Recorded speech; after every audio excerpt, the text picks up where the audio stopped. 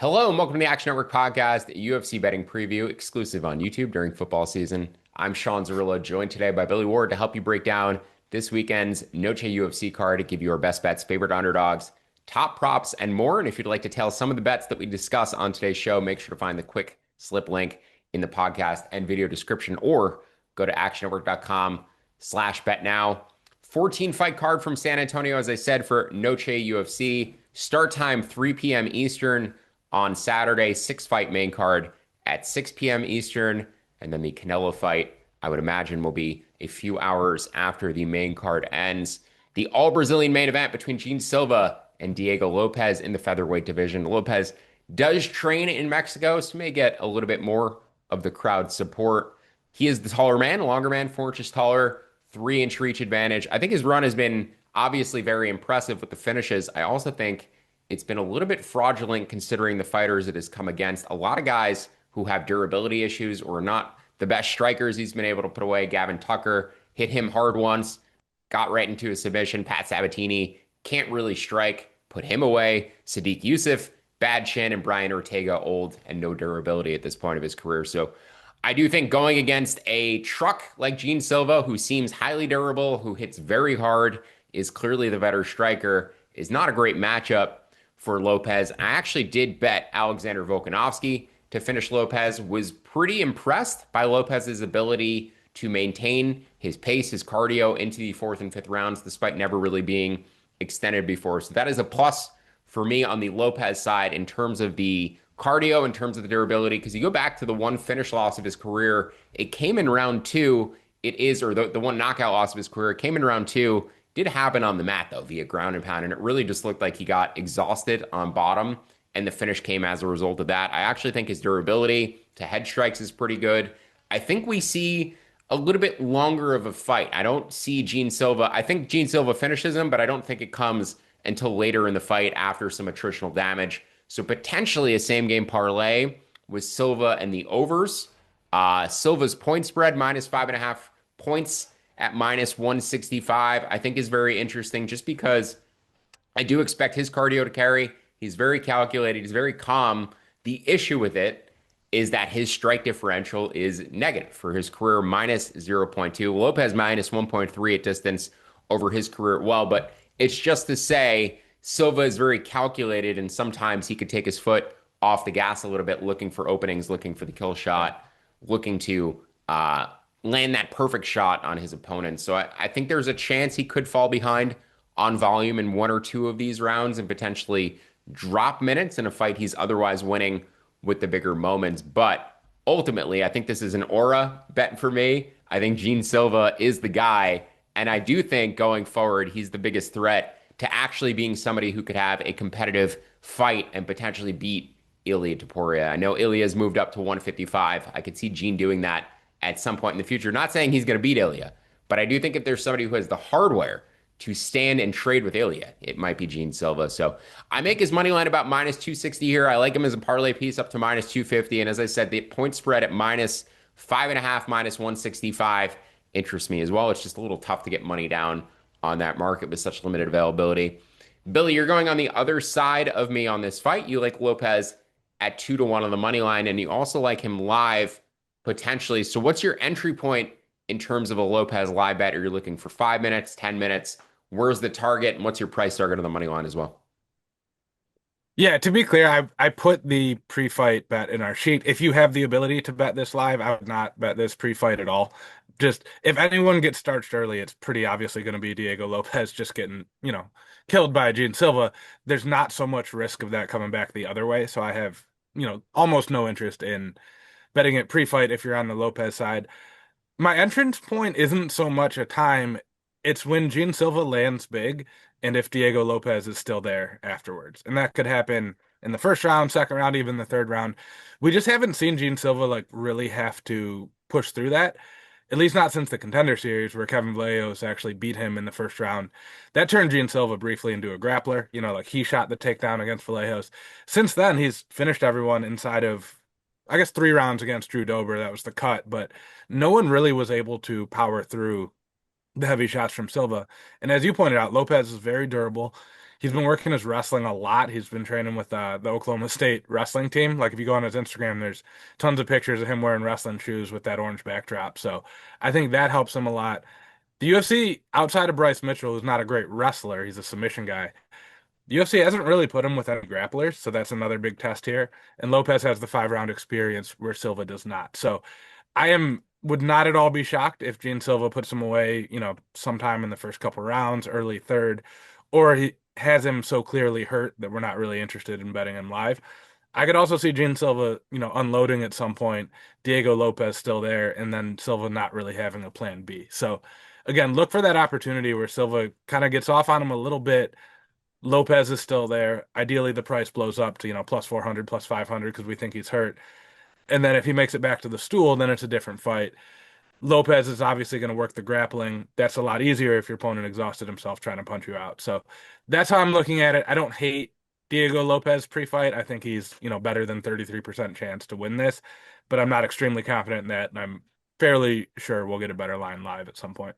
Yeah, he ended up hurting Volkanovski, I believe, in the fourth or the fifth round. Like his cardio and his power just kind of carried deeper into that fight than I expected it to. I also have Hmm. concerns about Volk's chin going forward. I think next time Volk gets hit hard and clean, he's probably going down again, unfortunately. But yeah, it's very much a hardware fight for me. I do think Silva's the more durable man. I think he has the better chin and hits harder, and Lopez is there to be hit as well. But the height and reach advantage, the impressive cardio in his last fight, I do think, kind of point to this one potentially going over, going a little bit longer. Yeah. As I said, Gene finishing this fight late interests me, but the money line or the spread, I think, is more interesting. And Billy likes a live bet at some point after Lopez gets hurt, but potentially I like recovers. the spread a lot, by the way. I think that's a really sharp way to play Gene Silva. I don't think he's going to win a close fight. I think he's either going to put him away or dominate him the whole time or tire out and get tapped. So if you're on the Silva side,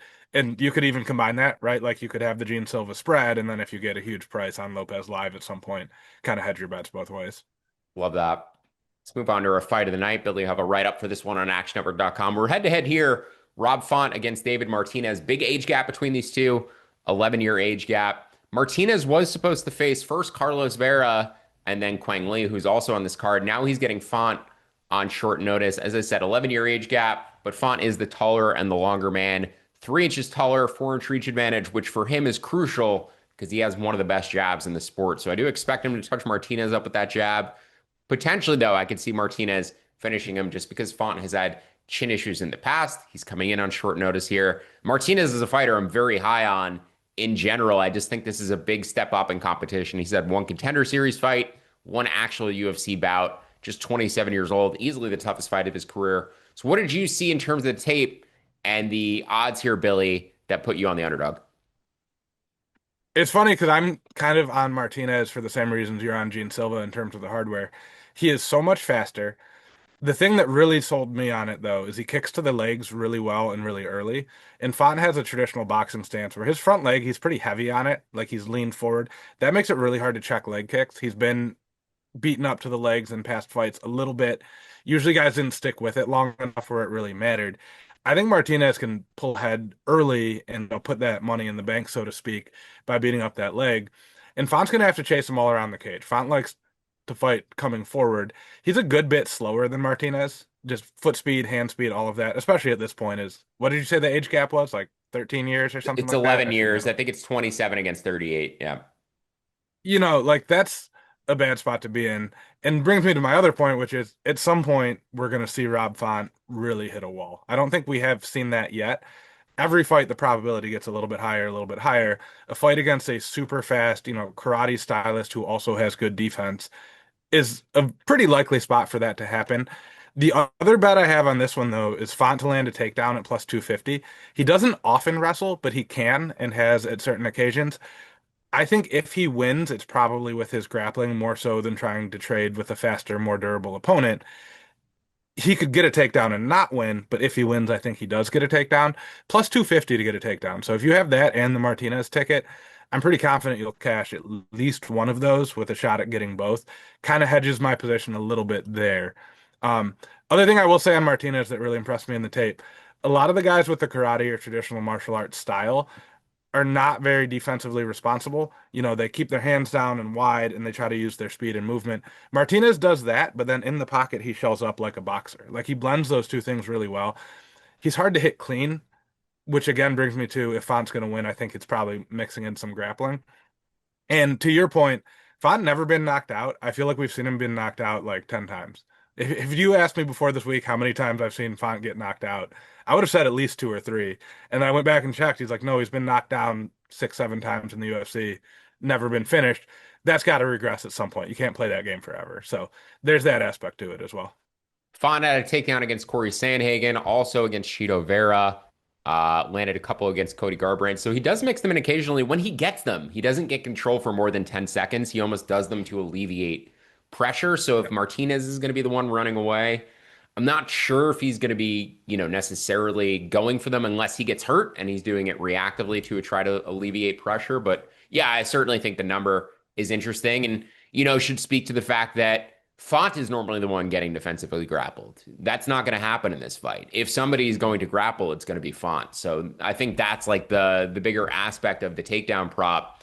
His last three fights, John Matsumoto, Kyler Phillips, Davison Figueiredo, like those are all guys who have clear grappling advantages over Rob Font. This is a fight where he is the grappling edge, and he's a pretty cerebral fighter. I could definitely see him at least attempting one or two. Whether or not he hits them is a different story. But if he's going to attempt at least a couple, plus 250 is a pretty solid number. I like Font on the money line up to about minus 130. I like his decision prop to about plus 125. Those are my two bets on that matchup. Before we get to our favorite underdogs, we've got a lot of underdogs and props for this week. Just a reminder that football season is here, folks. And we've got some huge improvements and updates coming on the award-winning Action Network app, which we're very excited to discuss in the weeks ahead. But to get the most out of the app, you'll still need to be an Action Pro subscriber. And it's only with Action Pro that you'll get real-time pick alerts from me and the entire Action Network team of experts. Plus, you can access pro projections powered by Sean Kerner and our predictive analytics team, plus a ton of other benefits. And right now, Action Network podcast listeners can save $20 off the annual price of Action Pro. Just go to actionnetwork.com/pro and use promo code POD20. That's actionnetwork.com/pro and use code POD20 for $20 off the annual price of Action Pro. Let's move to our favorite underdog section. We've got two that we're in agreement here on, and then a third that I added, which I'm curious to see your read on. Let's start with my favorite of the three, arguably my favorite bet on this card. That's Dustin Stoltzfus against Kelvin Gastelum.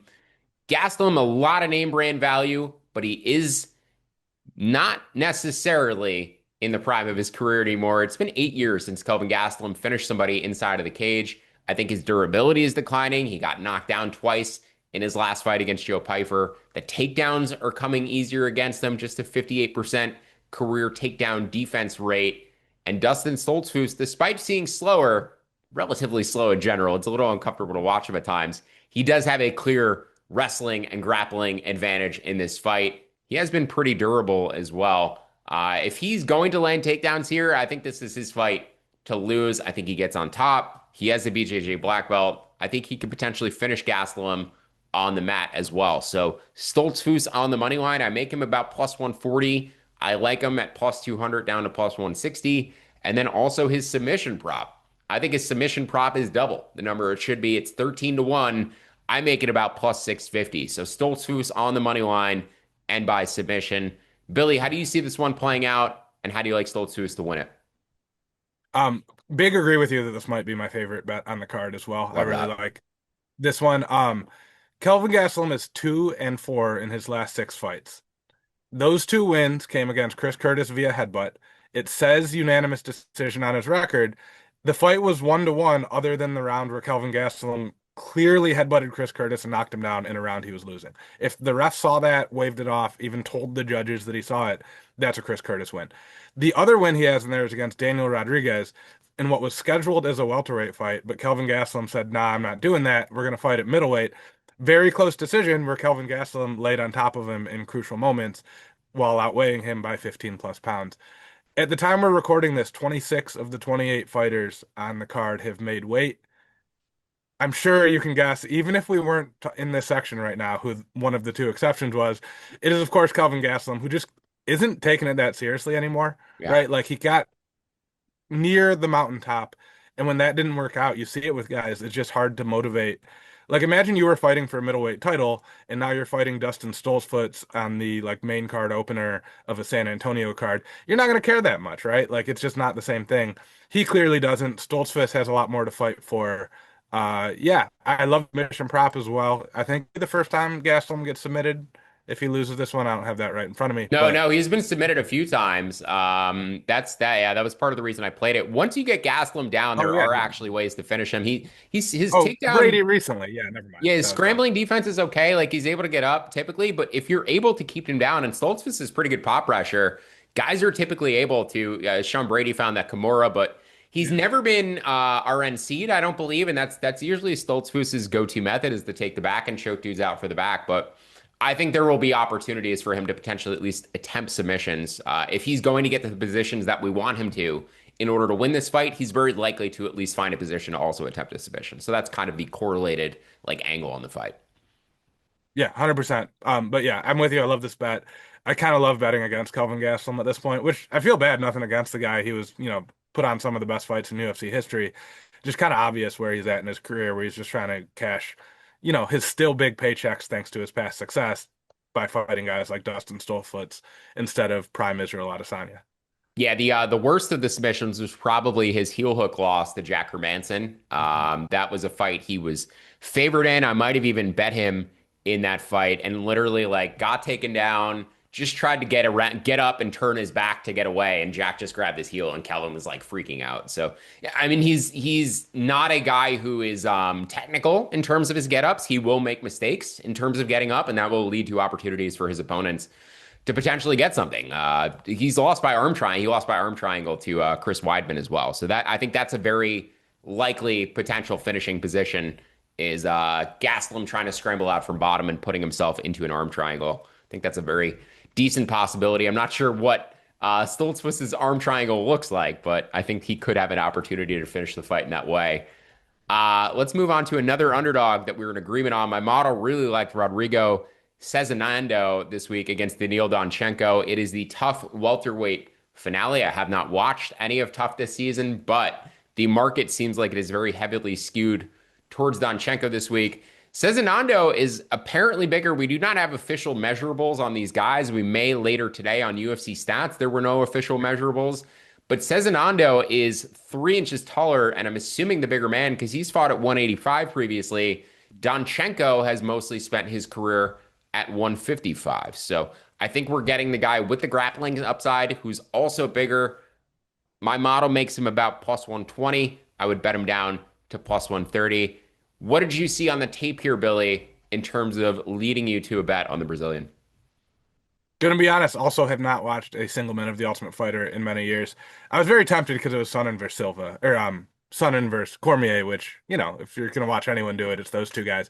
Um, One of the big things for me is both these guys were from Team Cormier. Cormier picked Cezinando as his first welterweight selection, and then Donchenko was the third welterweight off the board.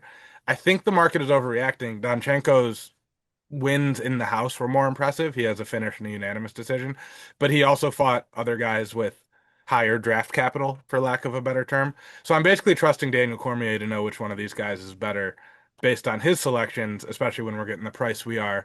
And to your point, Donchenko won a lightweight title right before coming on the show. You see this a lot of times where guys compete on the show at a heavier weight class and then come Yeah. right back after Hmm. because they have to make weight a few times in a fairly short span on the house, and it's just easier to do that up a weight class and not have those big weight cuts. I think Donchenko will probably settle in as a UFC lightweight after this fight. He's just locked into doing this one at 170, where Senzadando seems to be a pretty true welterweight. Yeah, Brian Battle won Ultimate Fighter at middleweight, immediately cut down to welterweight. Now he struggled to get back to welterweight since. So some of these guys could be tweeners as well, where, a bit earlier in Diego their Sanchez careers. and Kenny Florian were both middleweights on the Ultimate Fighter a million Mhm. years ago. Finished Yeah, just like usually 140. fight up a weight class on Ultimate Fighter just because they have to make weight several times for these fights. So they don't want them cutting weight like multiple times in a short span of time. But then once they, have full camps to be able to cut to a lower division, it's a little bit more manageable. So yeah, I would imagine we'll see Donchenko probably back at lightweight potentially Mhm. after this fight. Cezinando much more likely to stick at 170. We'll see who actually wins the contract between the two. The third underdog that I like on this card is Rafa Garcia against Jared Gordon, and I'm a big Jared Gordon fan. I bet on Jared Gordon a ton throughout his career, but the odds here stood out to me as just being a little bit skewed. I would have expected something closer to a pick 'em price, maybe even Gordon as a slight favorite. This is just sort of a mirror matchup for me, where both fighters are pretty similarly skilled. I do think Gordon is better. Gordon has the better strike differential numbers across their career, plus 1.4 to minus 0.3 per minute. But both can mix in takedowns. I think Gordon is the slightly better grappler. Wrestling, I think, is a little bit more neutral. And I think we just get a close and competitive fight here. It is heavily juiced to go to a decision around minus 275. Rafa Garcia, obviously, the Mexican fighter, going to be getting the crowd support behind him. And Jared Gordon, not unaccustomed to getting absolutely robbed by the judges. So Rafa Garcia on the money line at plus 200. But I also think his decision prop as well at about 4 to 1 is a very solid bet too. I think if he wins the fight, he's likely winning a close and competitive decision where he may need a little bit of deference from either the judges or the crowd. So not a bet I'm extremely excited to make just because I really like Gordon and I think Gordon should be favored. But I do think this will be a close and competitive fight. It's juiced to go to a decision. And I think they have relatively similar skill sets and styles. And it's going to be tough for one of them to pull away. It's not like Gordon carries big power. If he's going to pull away, he's going to be having to get top time to win rounds clearly, where otherwise I think they're going to be almost coin flippy looking rounds. So, Billy, I don't know if you have a read or a bet on this fight, if you're with me on the underdog or not, but what's your analysis here? I am 100% with you on the underdog. I am using Rafa Garcia heavily. It's not Rafa, he's not Brazilian. I just get stuck in that sometimes. Rafa Garcia heavily in DFS because he was a like plus 230 underdog when the salaries came out. Now it's down to plus 190. As you pointed out, very likely to be a close fight that goes all 15 minutes. At a worst case scenario, he's an excellent floor play. Best case scenario, he gets an upset and he just smashes relative to his salary. So I am with you for like the exact same reasons. I just think getting the exposure via DFS is probably the better way to play it if you're into that kind of thing, because the DFS salaries are stagnant. They're fixed once they come out, whereas obviously betting lines move. Rafa also the better chin. I think Gordon has more submission upside, but if they're just going to be standing and trading mostly, if Rafa's wrestling is enough to neutralize Jared and keep this fight standing, one, I think that just makes things more competitive. But two, he also has the better chin of the pair as well. So I think if somebody lands a knockout, it is likely the underdog too. If somebody submits the other, I think it is Jared Gordon on the mat. Let's move to our top prop section. There's a bunch of fights that I like from a prop perspective this week. They all happen to be near one another on the card as well. But we're going to begin with your low and entry here that we put in the prop section. We'll see if you're in agreement on any of mine. You're going with Zachary Reese at plus 300 to submit Cedricus Dumas. Dumas, tons of issues outside of the cage, leads to, not 100% focus inside of the cage. He's also a guy who seems like the moment the momentum starts to flip against him, he might be willing to quit and find a way to get out of there. So even though my model shows value potentially on Reese to win by decision, I have no interest in playing it because I do not trust Dumas to survive 15 minutes and stick it out to the end, particularly if he is losing. I will say, though, about Reese, he's a guy we always had sort of filed under that early finisher archetype. He's kind of impressed me with his cardio in extended fights. I think he's been able to maintain his power and kind of maintain his output across a 15-minute fight. So I've upgraded Zachary Reese over time in my mind in terms of his overall well-roundedness, his athleticism. Do think, though, he probably ends up finishing this fight. So where's your price target on the submission prop, Billy? And do you have any interest in his money line at all or any other ways of betting this one? Yeah, I think the money line's too juicy. At worst, I would say inside the distance is minus 175. Dumas has been finished in all three of his UFC losses, and he's won exclusively by decision. Zach Reese has the two losses in the UFC. He has no UFC submission wins, but he picked up an armbar in the Contender Series and had Cody Brundage in a deep submission when he got slam knocked out. Like, I don't know how to handicap that because on the one hand, great, you got to that submission. On the other hand, like you obviously should have let that go or hooked his leg so he didn't get slammed. And then inverse for Brundage, it's like, great, you figured out how to solve that problem, but you shouldn't have been there to begin with. That makes it tricky, but I'm just surprised to see his submission prop at 300 and his knockout at plus 120 when Reese is primarily a grappler. Like that's more of what he looks to do. It just hasn't shaken out that way. Um, Also fought a young Kevin Holland as amateurs 13 years ago, which always makes me laugh when I see that Hmm. on the record. They guys were like 18 and 19. This is like the second amateur fight for Reese and third or something for Holland like that way back when, and now they're both in the UFC. So that's cool. But all of his amateur wins after the Holland fight were submission, is where I'm going with that. Clearly something he's good at doing. Dumas cannot grapple at all. Like it's a very obvious like path. I think that's the one he takes rather than just trying to put him out. First of my fights from a prop perspective, Alessandro Costa against Alden Churia, flyweight fight.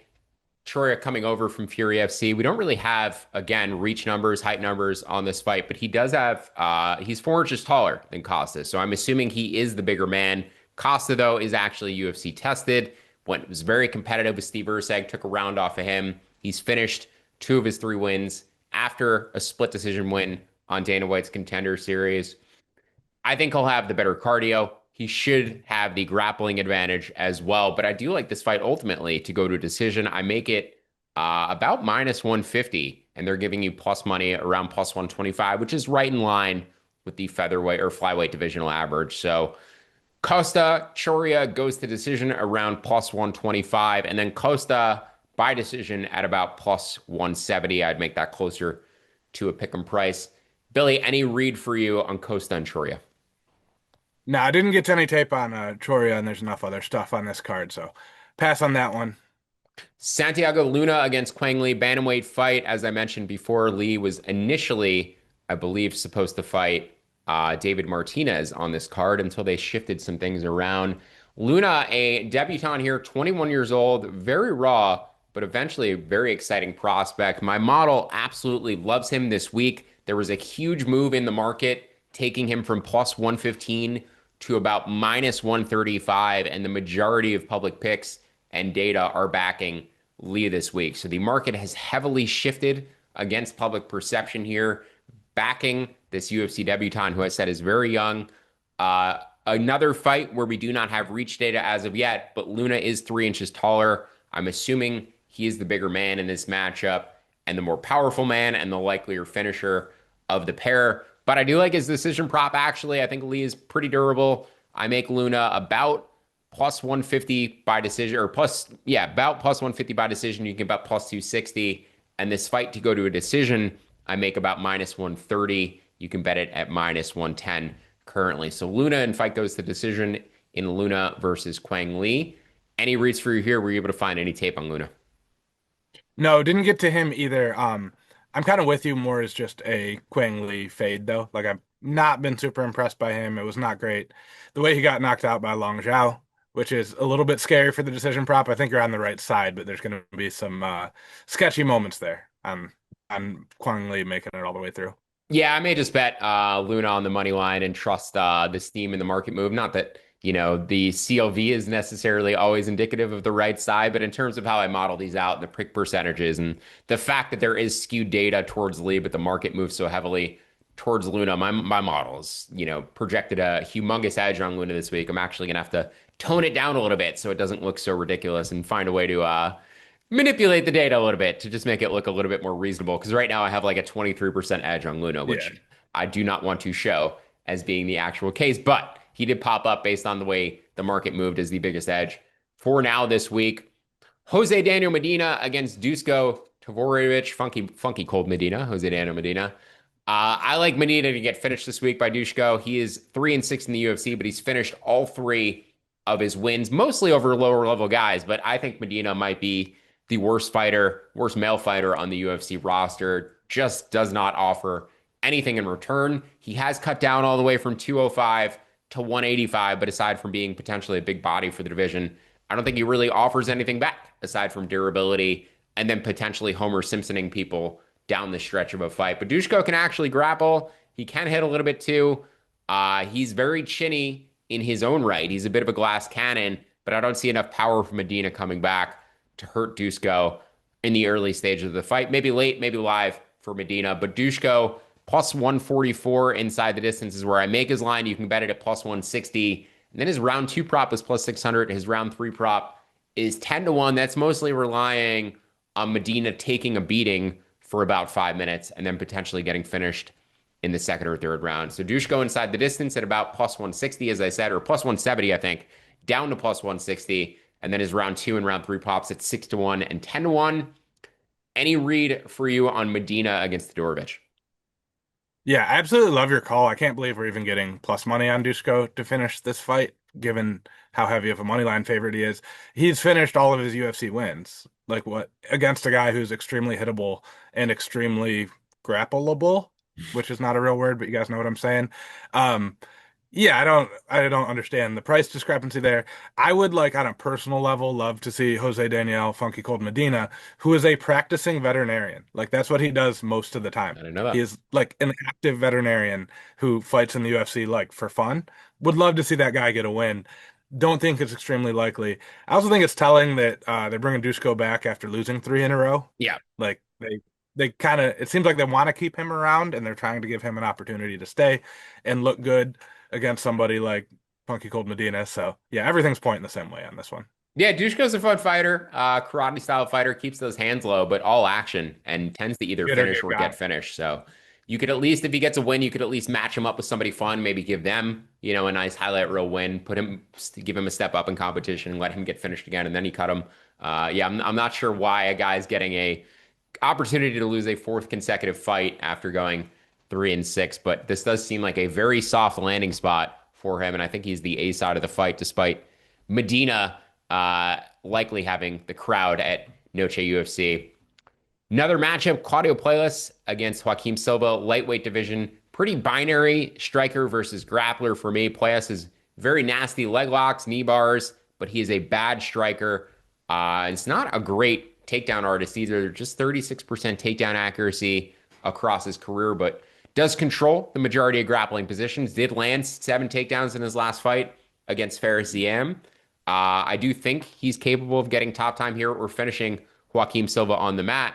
But Silva carries a ton of power. He hurt Sarukian. He hurt Drakkar Close. I do think he's capable of knocking Puelles out here if he doesn't get submitted himself. So Silva by KO at plus 480. I make that closer to 3 to 1.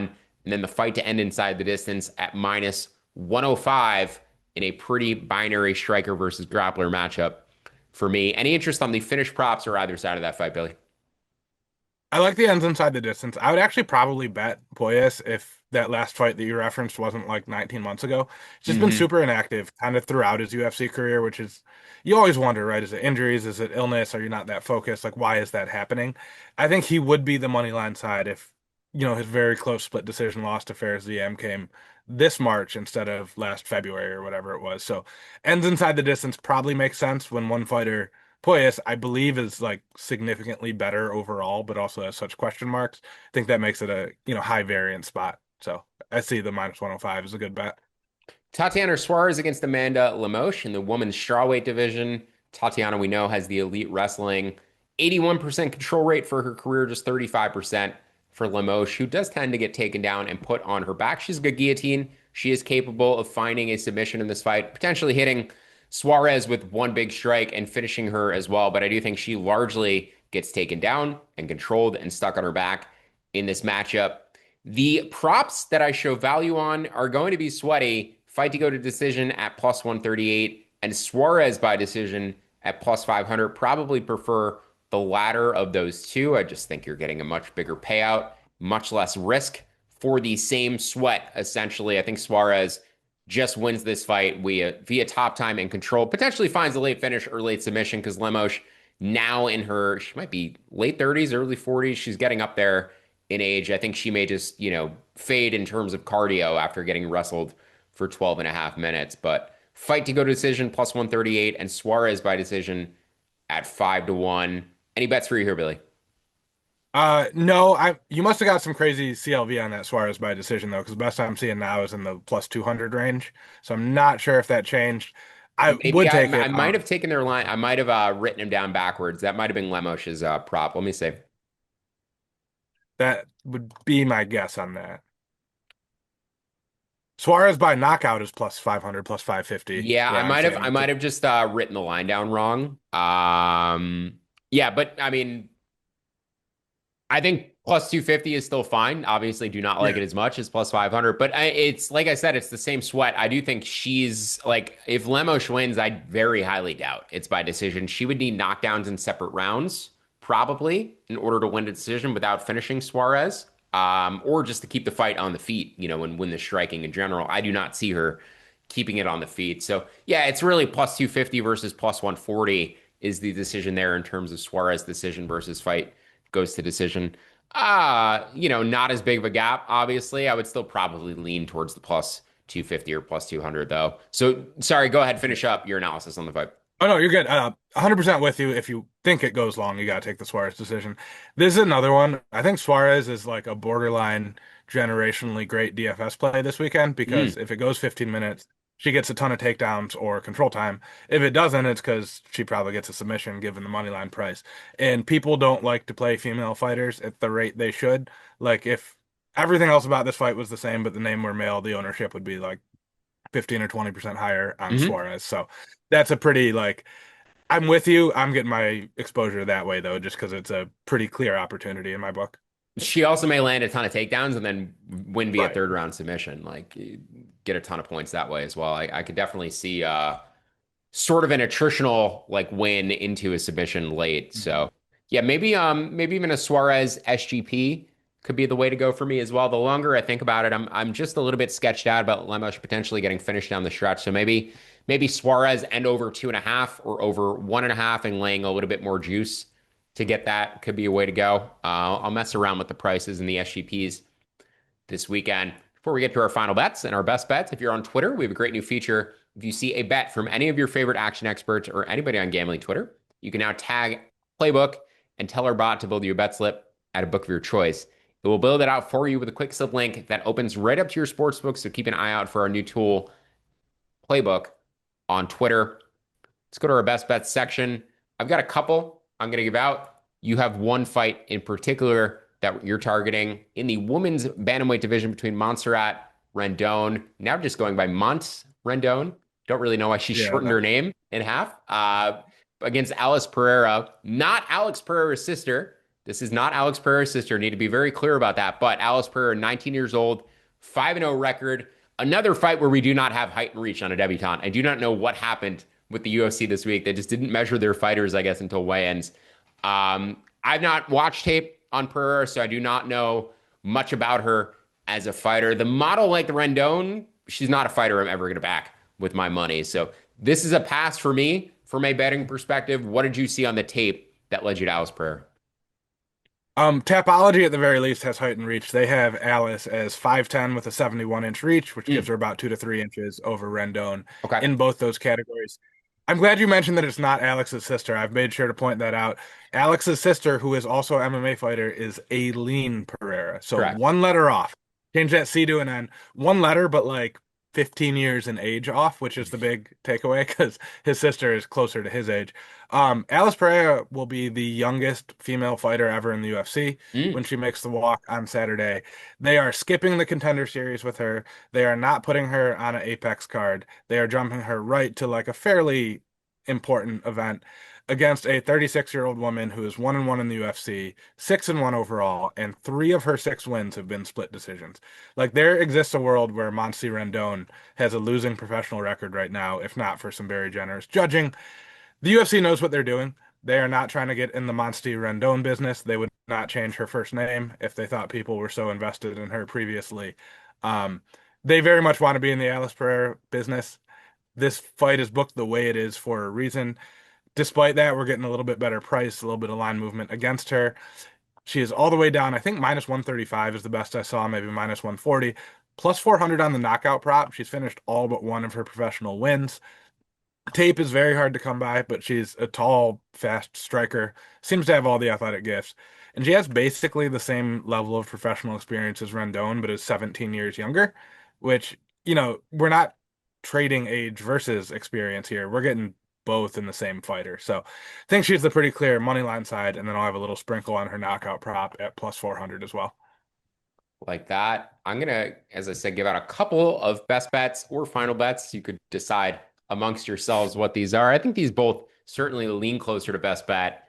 As I said, not necessarily my biggest projected model edge on the card. That would be Luna at the moment, but Diego Ferreira at about minus 105 against Alexander Hernandez. Now, Hernandez is the younger man here, 8 years younger. I do think Ferreira is very obviously on some supplements at this stage of his career. At age 40, he still looks great athletically and does not look like he is aged. He has a 2 inch reach advantage. He is the better grappler, and I think he's the better boxer as well. Hernandez, probably a bit more durable.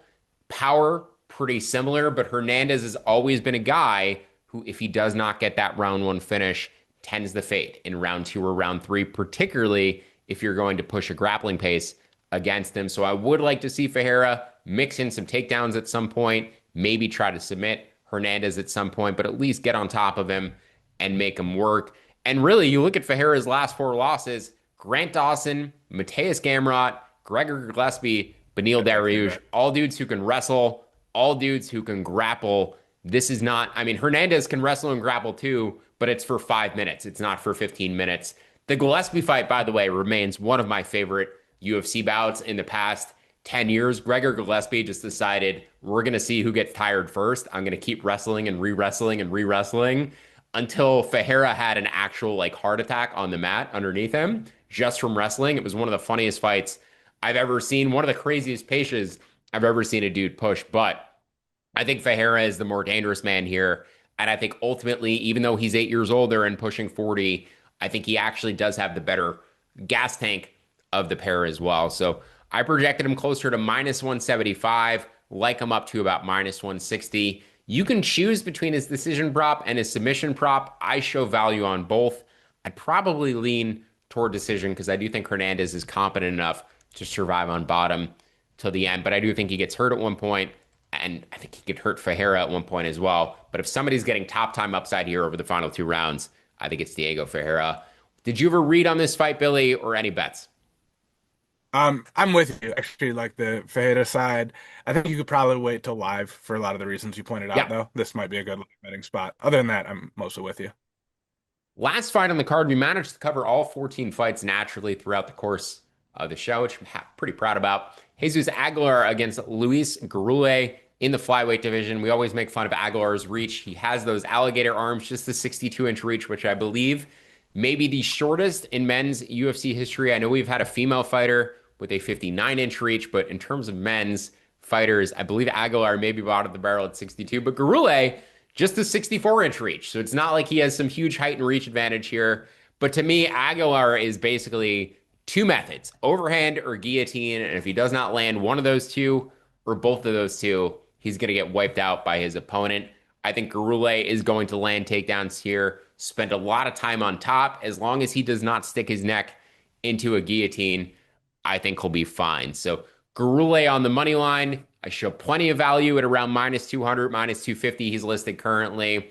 Garule live. If he happens to get clipped in the first round, I expect him to rally in rounds 2 and rounds 3. And then also Garule round 3 at plus 1400 or by decision at plus 140. I may structure those together as well. I think he pretty comfortably runs away with the decision. You could lay his point spread too, or wins late in the stretch with superior cardio. So do you have any bet on the final fight we're mentioning on this week's card, Billy? Aguilar against Garule.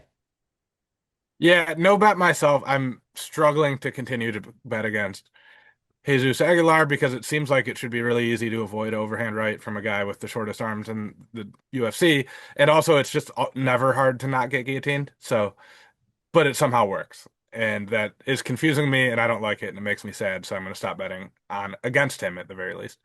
If you're looking for a parlay, I think it's a pretty easy Garule and Jean Silva combination for me this week. Minus 200, minus 250 respectively. You can probably get pretty close to or over even money on those two if you time it correctly. But that'll do it for a UFC betting preview. You can find more UFC betting content for both Billy and myself on actionnetwork.com. And if you'd like to instantly tell some of the bets that we discussed on today's show, make sure to look for the quick sit links both in the podcast and the video description, or visit actionnetwork.com/bet now Don't forget to download the free award-winning Action Network app and sign up for Action Pro for immediate access to expert picks and analysis. And best of luck with all your bets this weekend. Enjoy the violence.